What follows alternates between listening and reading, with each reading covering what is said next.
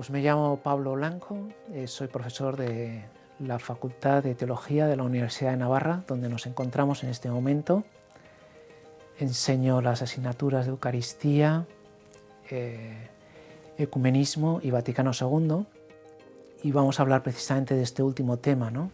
He estado explicando esta asignatura durante años y he publicado este libro titulado Vaticano II, Historia, Contexto y Doctrina, editado por EUNSA Ediciones de la Universidad de Navarra. Y voy a intentar presentar el resultado de este libro y la explicación que yo encuentro. Y sin más preámbulos podemos ir empezando, ¿no? Quizá lo interesante sea estudiar el contexto histórico, ¿no? Contexto histórico y cultural. Claro, a principios de siglo y hasta los años 50, la Iglesia Católica gozaba de una buena salud.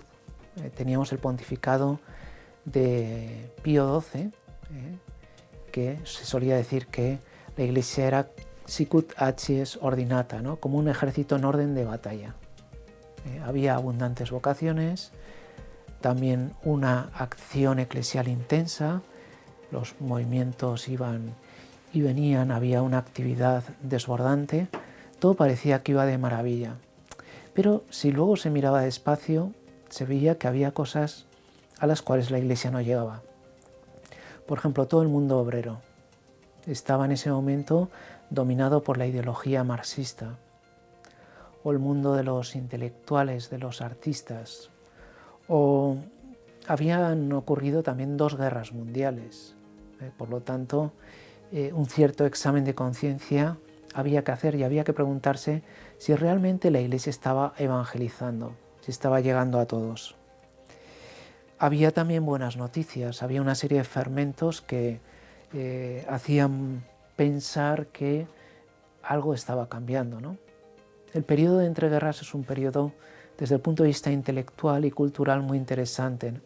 Por ejemplo, ahí tenemos la fenomenología, donde Edmund Husserl había anunciado que la filosofía tenía que volver a la esencia misma de las cosas. Ahí está, por ejemplo, la figura de Edith Stein, ¿no? Que es una figura muy interesante, ¿no? Filósofa, después religiosa y después mártir, ¿no? Judía. Y entonces es también una figura emblemática de cómo alguien muy alejado de la Iglesia se acerca a la Iglesia porque ahí encuentra a Jesucristo, ¿no? Luego teníamos el existencialismo. No solo estaban Jaspers y Heidegger, que no eran muy cercanos a la Iglesia, sino que, por ejemplo, también estaba en Francia Gabriel Marcel, que era un existencialista cristiano. Luego tenemos todo el movimiento del personalismo, toda una serie de filósofos que hacen reflexionar sobre la dignidad de la persona humana, sobre el individuo y cómo ese individuo no es una mónada aislada, un islote en medio del océano, sino que se realiza en relación con los demás. Una corriente filosófica, por tanto, también muy afín y de un origen profundamente cristiano, aunque no todos los autores eran profundamente cristianos. Estaba la filosofía del diálogo, donde se profundizaba en esa naturaleza dialógica de la relación de la persona con los demás y con Dios, ¿no? Bien, había todo un fermento, había también lo que en Francia llamaban la Nouvelle Théologie, ¿no? Una teología nueva, donde estaban figuras quizá conocidas como son Congar, Cheny, Libac, Danielou, eminentes filósofos que lo que estaban diciendo es que teníamos que volver al principio, a los orígenes, a las fuentes. ¿Y cuáles son las fuentes para la teología y para la vida de la Iglesia? Pues en primer lugar la Biblia, la Escritura, después la liturgia, y entonces hay también un movimiento litúrgico. Y luego los padres de la Iglesia, ¿no? Aquellos primeros escritores cristianos que por cercanía con el mensaje de Jesucristo y también por la sabiduría que habían adquirido, son como testimonios autorizados, digamos, de lo que supone la revelación. Entonces tenemos todos estos movimientos, ¿no? movimiento bíblico, movimiento litúrgico, movimiento patrístico, a los cuales había que añadir movimiento misionero.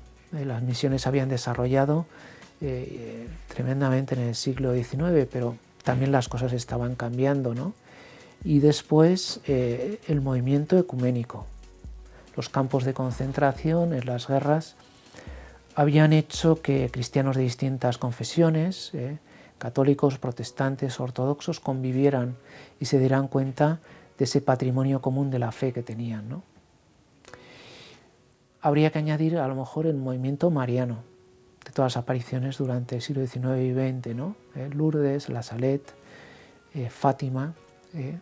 Entonces había también una gran devoción mariana que tenía que dirigirse a lo importante, que es un poco lo que hace María en las bodas de Caná, que dice: haced lo que os diga. Pues como María nos lleva siempre a Jesús, ¿no?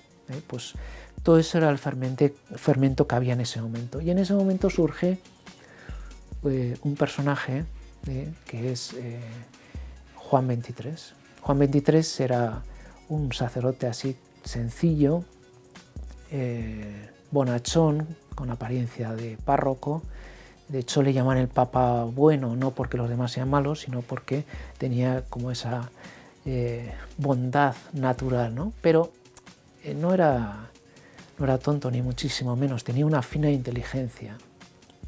Él era también un reformador, había estudiado, él era historiador de la Iglesia, y había estudiado San Carlos Borromeo y toda la reforma católica que él realiza, sobre todo en la diócesis de Milán. Y ahí se da cuenta de una cosa que veremos más adelante, y es que los verdaderos reformadores son los santos. Y él entiende que la reforma tiene que ir por ahí, ¿no? Una reforma de la santidad. Quizá quitar elementos pues un poco antiguos, un poco apolillados, un poco trasnochados, y presentarnos con un lenguaje nuevo, actual, que pudiera llegar a todo el mundo. Entonces él se da cuenta de que manteniendo la esencia de lo que es la Iglesia, porque eso nos lo ha entregado Jesucristo y no podemos manosearlo ni manipularlo, sí que se puede presentar de un modo como más cercano al hombre y la mujer contemporáneos, ¿no? Y entonces, bueno, él está con esta idea, y entonces él tiene como una especie como de... Él habla así de una experiencia interior. Algunos hablan de que es una inspiración de su ángel de la guarda, aunque esto creo que él mismo lo dice, ¿no?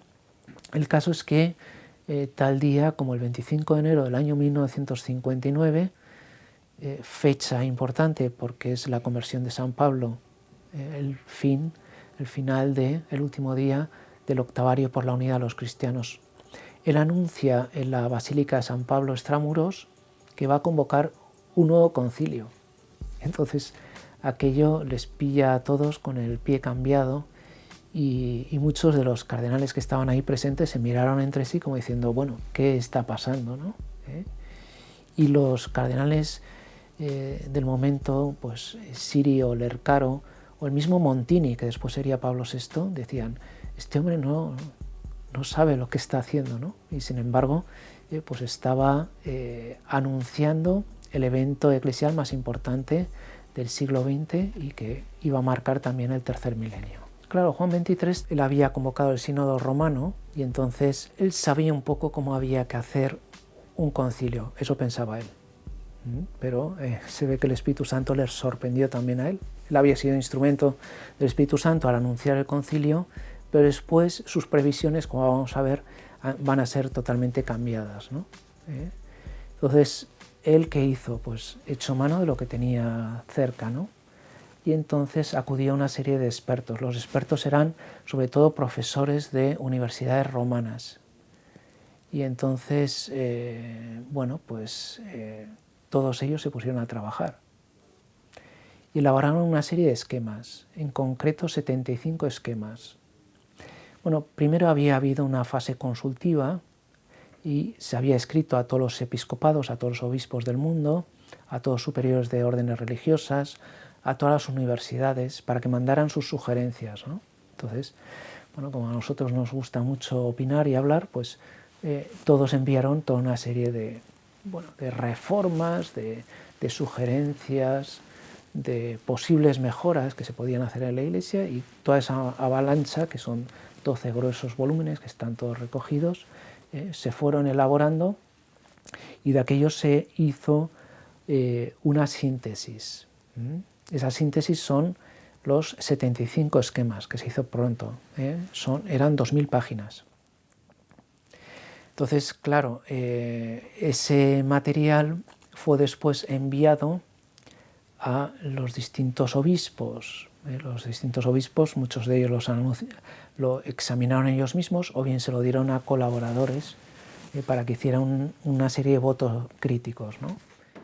Y entonces ahí es donde se empezó a constatar que las cosas no iban a ser según las había previsto Juan XXIII. Juan XXIII, la idea que tenía era, bueno, pues aquí tenemos los documentos, los discutimos, corregimos aquí una serie de erratas que puede haber, una serie de expresiones, y él pensaba, en Navidad todos a casa. Pero no, pasó algo distinto, ¿no? Cuando llegaron ahí el 11 de octubre del año 1962, o sea, han pasado 3 años de la fase antepreparatoria, donde ha habido, digamos, un nutrido intercambio de ideas, ¿no? Ha habido mucho comentario y mucha idea, ¿no? Y entonces, cuando llegan el 11 de octubre, fiesta de la maternidad de María, que tiene también su significado mariano, ¿no? Del año 62, bueno, pues se ve que algo está cambiando, ¿no? O sea, la ceremonia inicial es muy solemne, pero entonces irrumpe pues una nueva sensibilidad, unas nuevas ideas. Estas nuevas ideas, sobre todo, están representadas por los obispos del Centro Europa. Se suele llamar la Alianza Centroeuropea, o también la Alianza Renana del Rin, porque el Rin es un río típicamente centroeuropeo, ¿no? Que nace en Suiza y después va hacia Alemania, y de Alemania ya va hacia Holanda, ¿no? Entonces, digamos, como son centroeuropeos, todos estos obispos se empiezan a organizar. Y entonces tienen una serie de sesiones. Los de habla alemana, por ejemplo, se reúnen en Fulda, y ahí bueno, toman la iniciativa y ven que esos esquemas redactados en un estilo pues más bien clásico, un tanto escolástico, con una teología que no ha recibido estos nuevos aires de la teología renovada en los orígenes, en ese renovamiento en las fuentes del cual hablábamos, ¿no? De beber en la Biblia, de beber en la liturgia, de beber en los padres. Pues todo eso no había llegado a los esquemas, y por lo tanto estaban un poco reticentes. Bien, y con esto lo que hemos estado viendo es todo el ambiente de preparación del concilio, toda la fase antepreparatoria, y ya a continuación podemos ver lo que son las 4 fases, los 4 periodos en los cuales se divide el Concilio Vaticano II.